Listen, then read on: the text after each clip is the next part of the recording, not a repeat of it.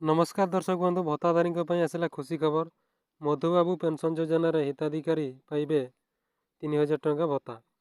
निर्वाचन पूर्व बीजेपी सरकार मधुबाबू पेंशन योजनार भत्ता राशि को वृद्धि करने नहीं जो प्रतिश्रुति देते ताबे पूरण करने अग्रसर अच्छा।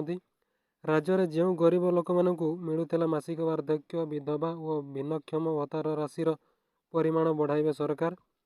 पड़ोशी राज्य गुड़िक सामाजिक सुरक्षा भत्ता परिमाण अपेक्षाकृत अधिक रही। यही दृष्टि को लक्ष्य कर ओडिशा सरकार एवं यही भत्ता राशि को बढ़ाइबे। तो जो मानकर 80 वर्ष ऊर्ध्व से सरकार 3500 टंका दि जाउची एवं आउ जो मैंने रहिले 60 वर्ष ऊर्ध्व से सरकार 3000 टंका लेखाएं भत्ता खूब शीघ्र मिलवा जाउची। ओडिशा रे एबे मोट 35,08,997 जन उभय केंद्र और राज्य सरकार विभिन्न सामाजिक सुरक्षा योजन मासिक भत्ता पाउछंती।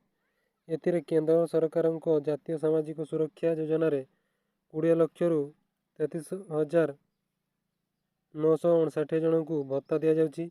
राज्य सरकार मधुबाबू पेंशन योजन 32,75,8 जन को भत्ता दि जाउची। चलित वर्ष केवल मधुबाबू पेंशन योजन 4,13,813 जन को सामिल करा जायछि। मोट हिताधिकारी मध्य 19,98,961 जन को डीबीटी माध्यम से अकाउंट रे यही भत्ता दि जाउछि।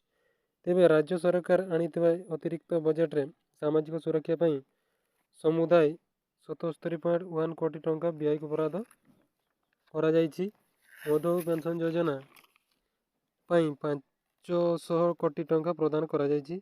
सेहीपरि भिन्नक्षम कल्याण पई 214 कोटी टंका प्रदान करा जायछि। चलित वर्ष मधुबाबू पेंशन योजन 4 लाख रु अधिक हिताधिकारी को सामिल करा जायछि। पड़ोशी आंध्र प्रदेश, तेलंगाना, छत्तीसगढ़, मध्य प्रदेश, झारखंड आदि राज्य में गरीब लोकों को मासिक भत्ता सर्वनिम्न 1000 टंकार सर्वाधिक 2500 टंका पर्यंत प्रदान करुवा जना पड़ी।